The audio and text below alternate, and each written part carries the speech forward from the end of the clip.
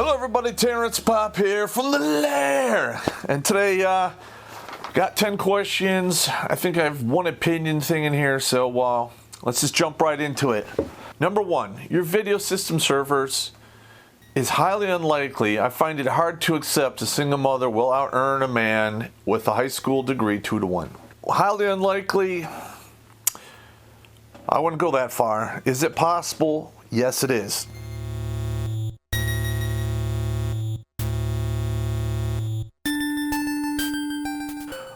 And it was, I got the stat from one of from an article I read online in regards to earning power of men.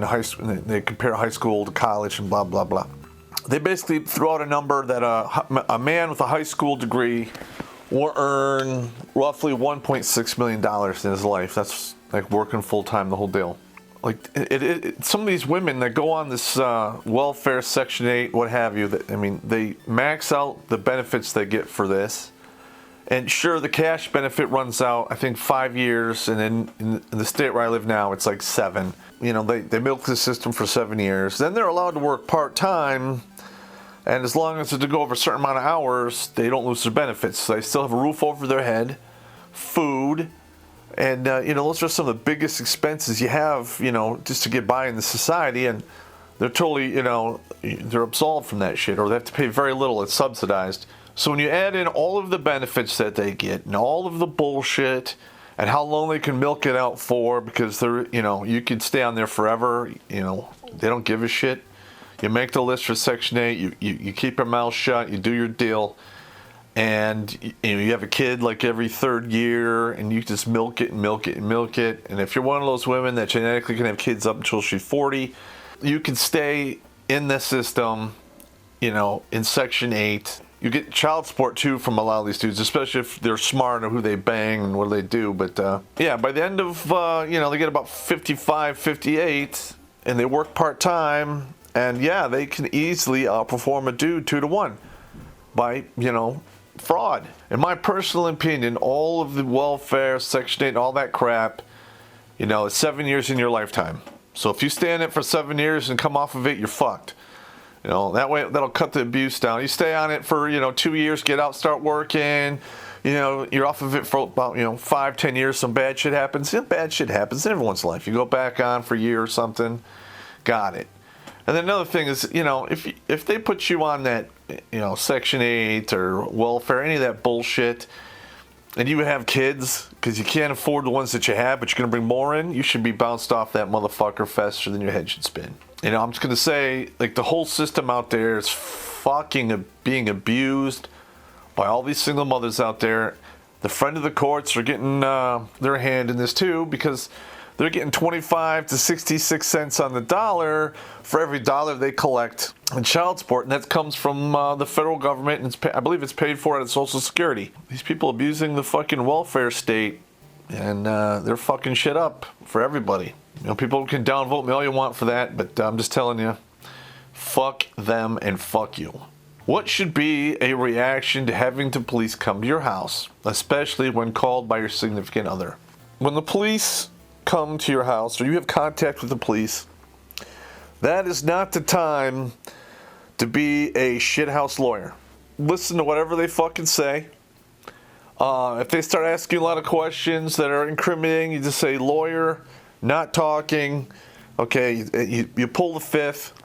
A lot of these cops will keep trying to talk to you after you tell them you don't want to talk to them, and then it's on you to prove that that you didn't do so. If they don't have a body camera on, or you don't have a camera on, you're fucked. Okay, so say your significant other hems you up, calls the cops, blah blah blah. All right, this is how you should handle that. You do your deal. You don't plead to anything. Okay, nothing. You don't want any kind of domestic violence convictions, because they pull your gun rights. It fucks with shit. And a lot of these prosecutors will word it so it doesn't sound that bad, but at the end of the day, you're fucked. Fight the thing tooth and nail. Well, sooner or later, especially if there's no evidence, you'll probably be able to beat in court. You got like a 60-40 chance, so I'm not going to say it's 50-50. You have like a 60-40, 40% chance you can beat it straight up, especially if there's no evidence.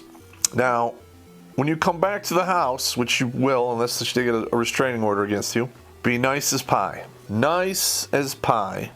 Move your shit out of there. Go get a storage facility. Move your shit out a little bit at a time.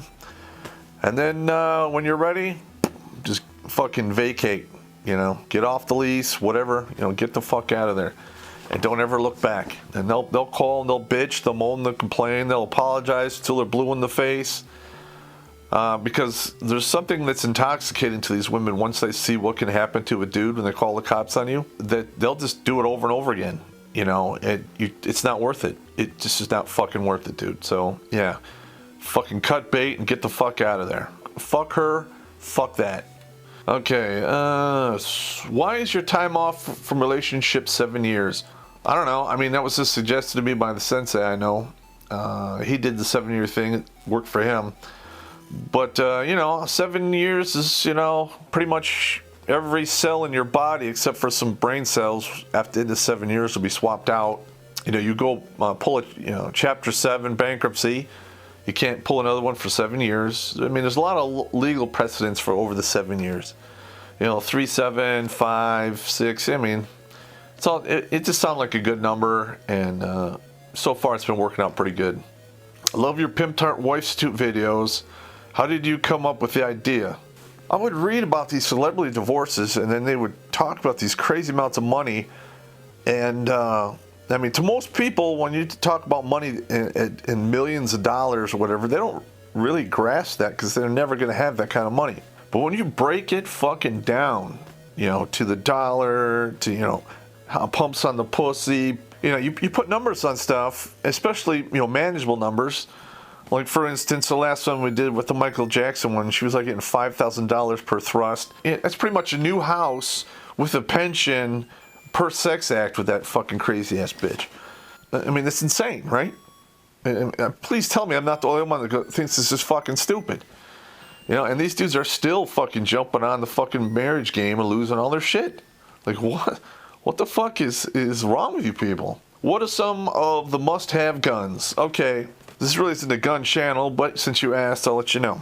Okay, for fighting inside a house, usually you want a 12-gauge shotgun with buckshot. Double-aught buck goes through drywall pretty easily. Most of the houses in America, you know, are drywall, and that shit's basically vertical butter. You can rip right through that stuff. Everyone recognizes the sound of a pump shotgun, so a lot of times you might even have to fire around. You just rack it. You know, anyone with any sense is going to get the fuck out of there. I mean, I've had a few shotguns racked at my back a few times. I fucking, you know, DD Mowed, man. Another good one to have, you know, a pistol. You want to go with a high cap magazine. You want to stick with a military caliber, usually 9mm. Listen, we're all a bunch of hairless monkeys. A 22 could take us out of the game. 9mm has really good penetration. It's relatively cheap. You get a Glazer safety slugs that dump all their energy into your target. So, I mean, that's good. That's a good, well-adjusted pistol. I mean, it's good enough for the Germans. It's good enough for anybody else. Okay, now I personally like the 357 Magnum, but I'm an old school guy. I like revolvers. Not really a big fan of revolvers for home defense. Women should carry revolvers like the 5-shot small frame Smith & Wessons and Taurus in a 38, or if they can handle it, 357.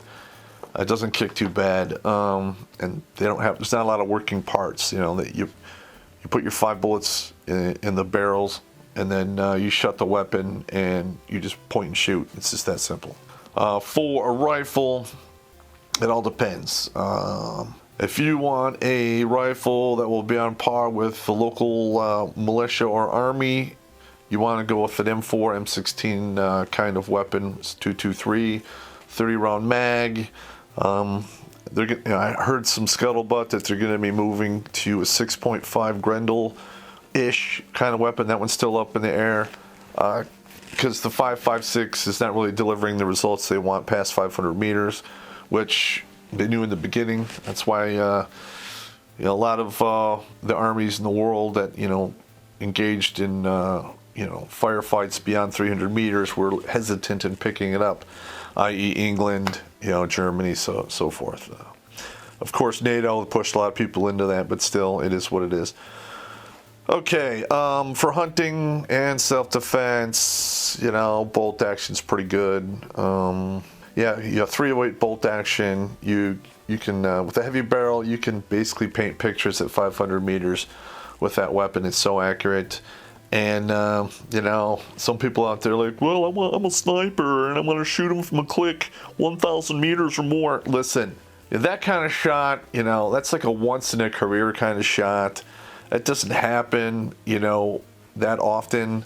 You know, 500 meters is pretty good. Even 8, you might be able to get away with once in a while. But for the most part, you know, anything beyond 5 is just a waste. Okay, so that covered a pistol platform, 2 rifle platforms, and the shotgun. All right, number 6. Do you think VA benefits are being milked or abused by vets? Well, I'm sure it is happening. Onesie, twosies, here and there. For the most part, it's not. The VA is pretty good on that kind of shit. You know, if you're fucking milking the system or something, they know the deal. It's nothing like you know, like we just talked about the welfare state and all that horse shit. You know, a lot of these veterans, you know, they go to the VA because they're fucking hurt, man. You see a lot of fucking hoard shit there. You know, like I have enough fresh material floating around in my brain pan to keep me stocked with fresh nightmares for the next 3 fucking lifetimes.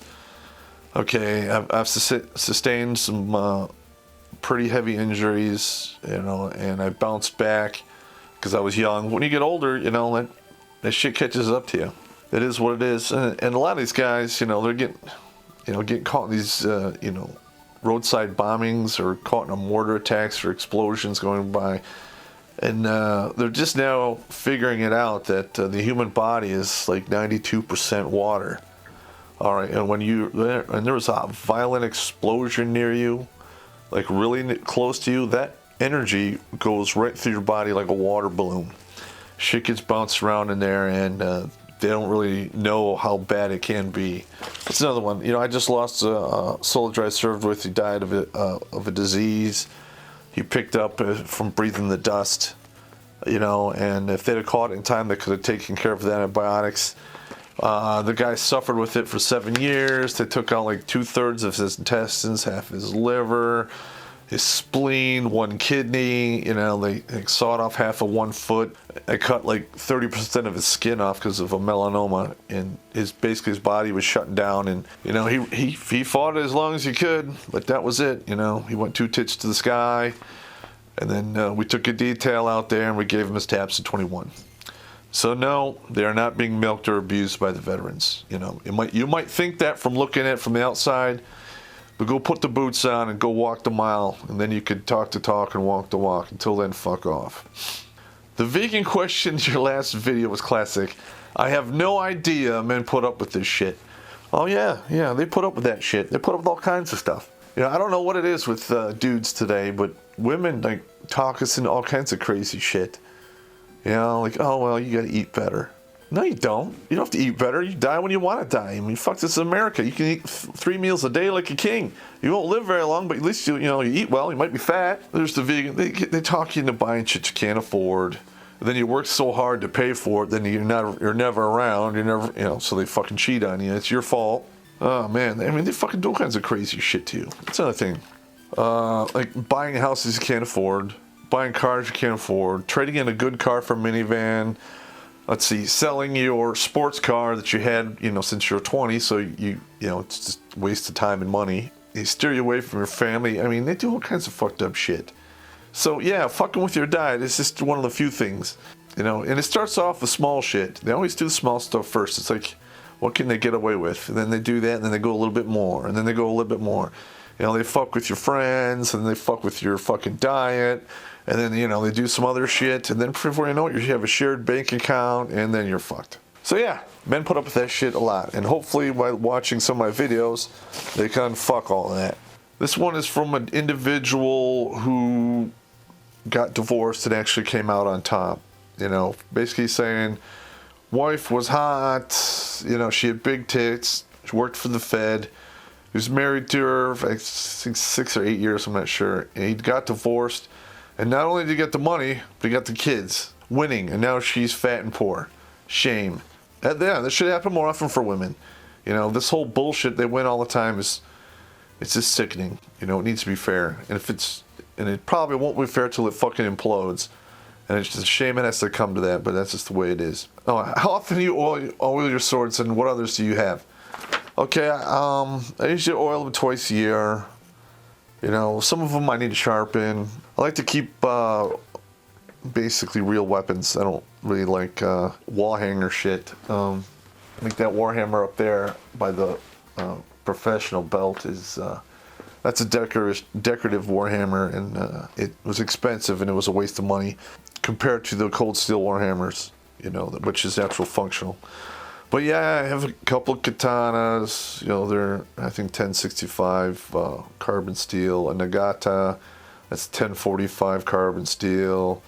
I think I have 6 swords from India, actually from the country of India. I talked to a sword maker out there and had them made. I have the Hussar sabers back there, like 3 or 4 battle axes. This is a tomahawk. I put a new handle on it. The other one broke. So yeah, I mean, I've got a good collection. You know, if I get my own house one day, I'll probably have a study with all this shit on the walls. So, you know, in my I love me room with all my awards and shit like that. Okay, here we go. So here's the opinion here. I am divorced for a decade. I got married young, and my wife and I grew apart. I was 28 when the whole process was complete. There were no children involved. I am now 39, want a few children. Is that wise? How should I go about it? You're 39, right? So 49-ish. You'll be almost 60 if you have a kid this year, and you'll be out of baby jail if you're in the right state. Because some states, they keep you in baby jail till the fucking kid's 26, which is absolutely fucking shameful. What they do, like New York is one of those fucked up places. You know, you can always get a surrogate. You could, you know, bite the bullet and marry a younger chick. You're 26-ish. Chances are you'll only be married 7 years. You'll have a couple of kids. You'll get the fucking heave ho at the first review, which is 7 years. 7, 14, or 7, 13, 21, and 24 is pretty much all of the 4 reviews. And usually, if you get bounced at 7, I've noticed this a lot. A lot of women will get married, you know, in their mid to late 20s, only stay married for 7 years. Usually pull a trigger on divorce when they have 2 or 3 kids already popped out, and then they want to get on with your life, and you're stuck paying for it till the youngest is 18 if you're in the right state.